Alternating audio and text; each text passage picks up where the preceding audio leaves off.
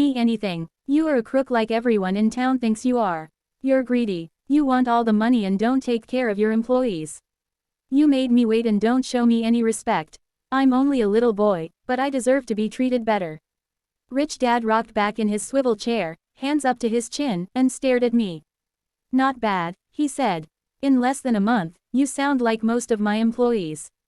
What? I asked. Not understanding what he was saying, I continued with my grievance. I thought you were going to keep your end of the bargain and teach me. Instead you want to torture me. That's cruel. That's really cruel. I am teaching you, Rich Dad said quietly. What have you taught me? Nothing, I said angrily. You haven't even talked to me once since I agreed to work for peanuts. 10 cents an hour. Ha, I should notify the government about you. We have child labor laws, you know. My dad works for the government, you know. Wow, said Rich Dad. Now you sound just like most of the people who used to work for me, people I've either fired or who have quit. So what do you have to say? I demanded, feeling pretty brave for a little kid. You lied to me. I've worked for you, and you have not kept your word. You haven't taught me anything. How do you know that I've not taught you anything? Asked Rich Dad calmly. Well, you've never talked to me. I've worked for 3 weeks and you have not taught me anything, I said with a pout. Does teaching mean talking or a lecture? Rich Dad asked. Well, yes, I replied. That's how they teach you in school, he said, smiling. But that is not how life teaches you, and I would say that life is the best teacher of all. Most of the time, life does not talk to you. It just sort of pushes you around. Each push is life saying, wake up. There's something I want you to learn. What is this man talking about? I asked myself silently. Life pushing me around was life talking to me. Now I knew I had to quit my job. I was talking to someone who needed to be locked up. If you learn life's lessons, you will do well. If not, life will just continue to push you around. People do two things. Some just let life push them around. Others get angry and push back. But they push back against their boss, or their job, or their husband or wife. They do not know it's life that's pushing. I had no idea what he was talking about. Life pushes all of us around.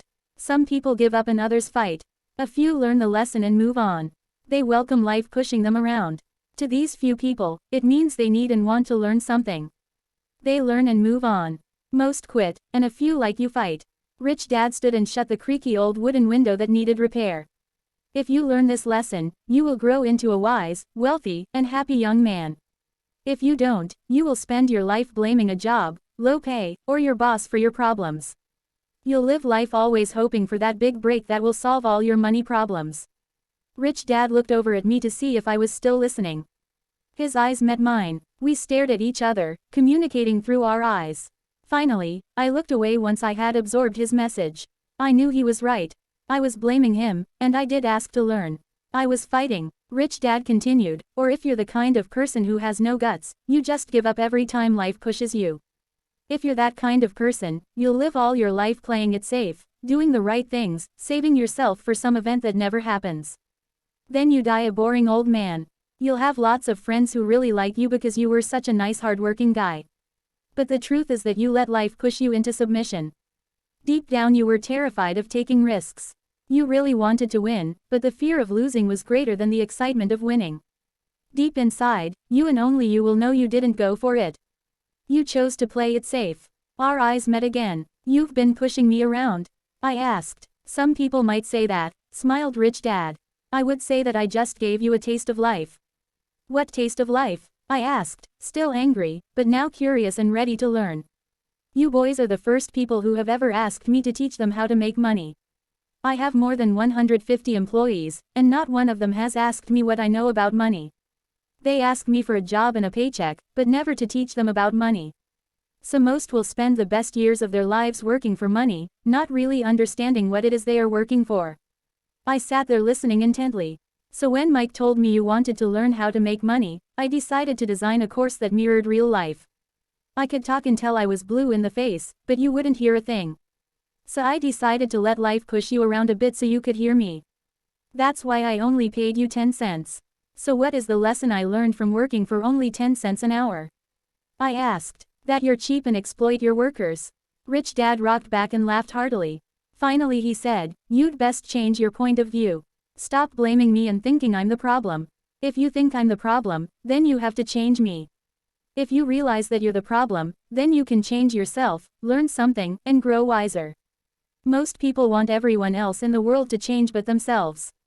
Let me tell you, it's easier to change yourself than everyone else. I don't understand, I said. Don't blame me for your problems, Rich Dad said, growing impatient. But you only pay me 10 cents. So what are you learning? Rich Dad asked, smiling. That you're cheap, I said with a sly grin. See, you think I'm the problem, said Rich Dad. But you are. Well, keep that attitude and you'll learn nothing. Keep the attitude that I'm the problem, and what choices do you have? Well, if you don't pay me more or show me more respect and teach me, I'll quit. Well put, Rich Dad said. And that's exactly what most people do. They quit and go looking for another job, a better opportunity, and higher pay, actually thinking that this will solve the problem. In most cases, it won't. So what should I do? I asked. Just take this measly 10 cents an hour and smile. Rich Dad smiled. That's what the other people do. But that's all they do, waiting for a raise thinking that more money will solve their problems. Most just accept it, and some take a second job working harder, but again accepting a small paycheck.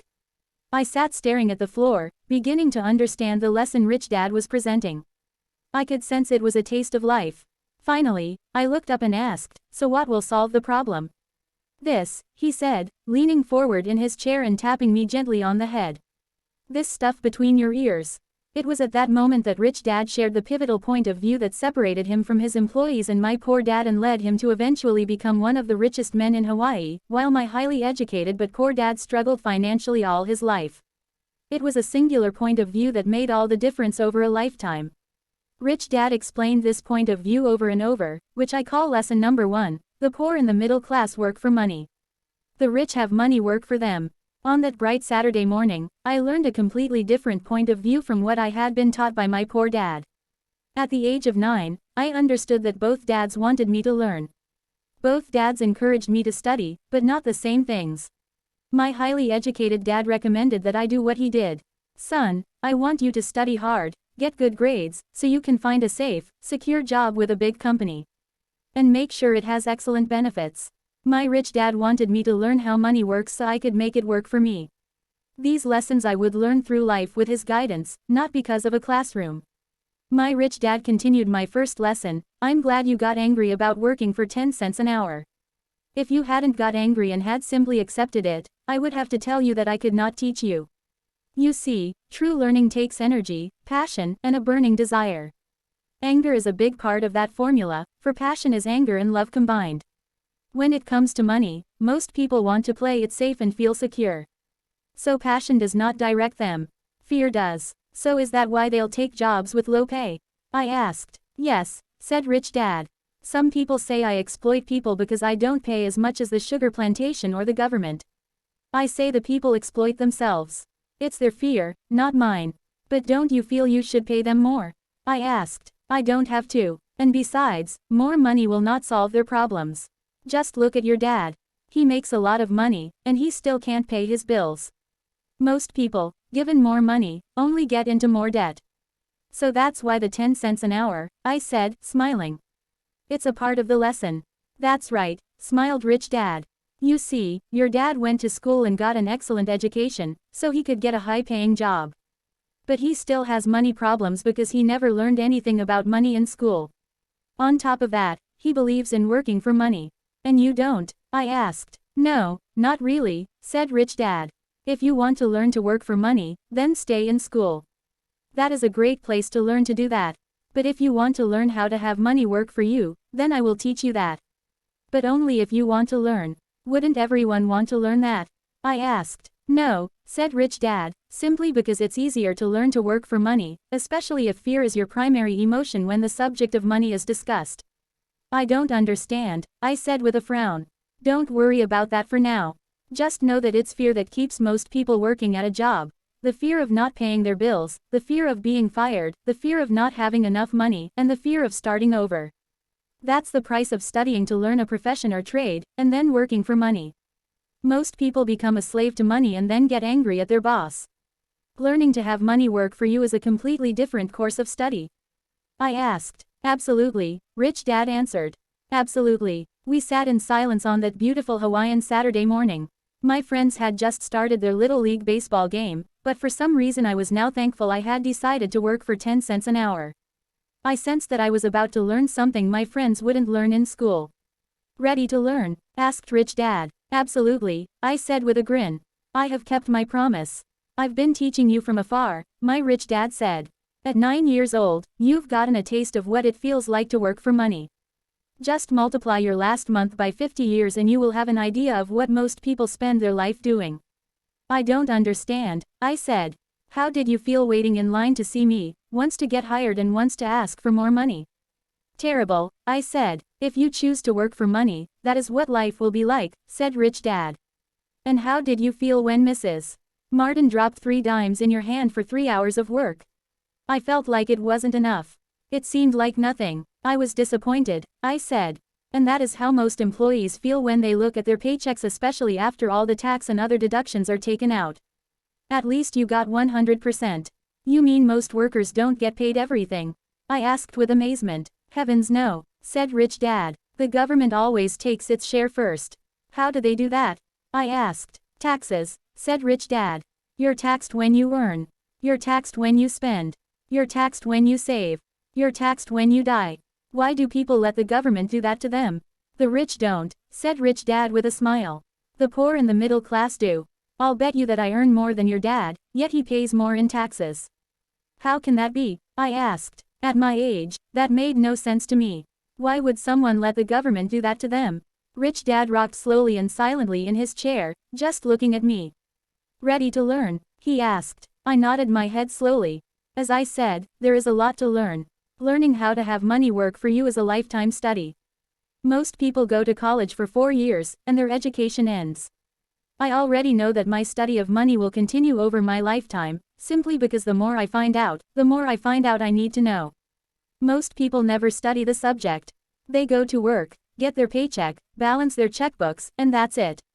Then they wonder why they have money problems. They think that more money will solve the problem and don't realize that it's their lack of financial education that is the problem. So my dad has tax problems because he doesn't understand money? I asked, confused. Look, said Rich Dad, taxes are just one small section on learning how to have money work for you. Today, I just wanted to find out if you still have the passion to learn about money. Most people don't. They want to go to school, learn a profession, have fun at their work, and earn lots of money. One day they wake up with big money problems, and then they can't stop working. That's the price of only knowing how to work for money instead of studying how to have money work for you. So do you still have the passion to learn? Asked Rich Dad. I nodded my head. Good, said Rich Dad. Now get back to work. This time, I will pay you nothing. What? I asked in amazement. You heard me. Nothing. You will work the same 3 hours every Saturday, but this time you will not be paid 10 cents per hour. You said you wanted to learn to not work for money, so I'm not going to pay you anything. I couldn't believe what I was hearing. I've already had this conversation with Mike and he's already working, dusting and stacking canned goods for free. You'd better hurry and get back there. That's not fair, I shouted. You've got to pay something. You said you wanted to learn. If you don't learn this now, you'll grow up to be like the 2 women and the older man sitting in my living room, working for money and hoping I don't fire them. Or like your dad, earning lots of money only to be in debt up to his eyeballs, hoping more money will solve the problem. If that's what you want, I'll go back to our original deal of 10 cents an hour. Or you can do what most adults do. Complain that there is not enough pay, quit, and go looking for another job. But what do? I asked. Rich Dad tapped me on the head.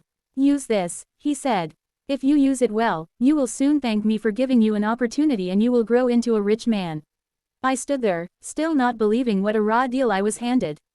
I came to ask for a raise, and somehow I was instead working for nothing. Rich Dad tapped me on the head again and said, use this. Now get out of here and get back to work. Lesson number 1. The rich don't work for money. I didn't tell my poor dad I wasn't being paid. He wouldn't have understood, and I didn't want to try to explain something I didn't understand myself.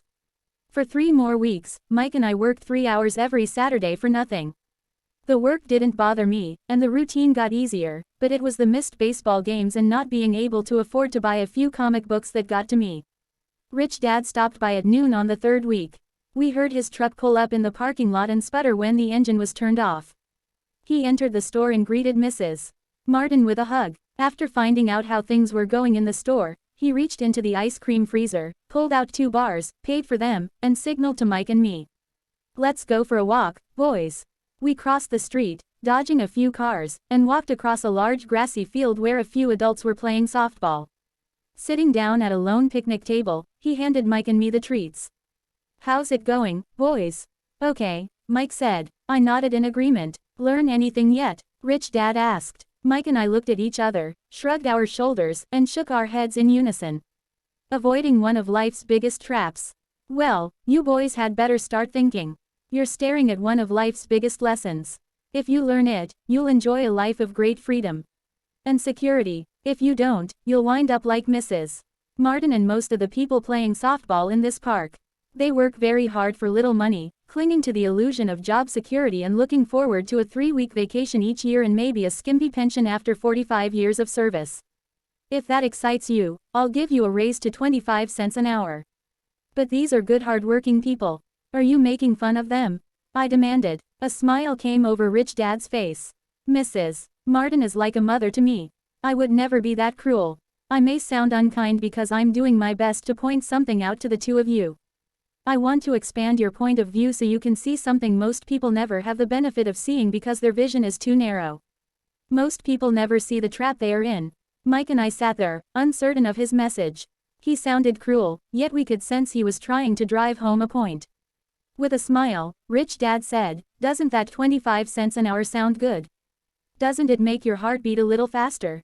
I shook my head no, but it really did. 25 cents an hour would be big bucks to me. "Okay, I'll pay you $1 an hour," Rich Dad said, with a sly grin. Now my heart started to race. My brain was screaming, "Take it! Take it!" I could not believe what I was hearing. Still, I said nothing. "Okay, $2 an hour." My little brain and heart nearly exploded. After all, it was 1956 and being paid $2 an hour would have made me the richest kid in the world. I couldn't imagine earning that kind of money. I wanted to say yes. I wanted the deal. I could picture a new bicycle, new baseball glove, and the adoration of my friends when I flashed some cash. On top of that, Jimmy and his rich friends could never call me poor again. But somehow my mouth stayed shut. The ice cream had melted and was running down my hand. Rich Dad was looking at 2 boys staring back at him, eyes wide open and brains empty. He was testing us, and he knew there was a part of our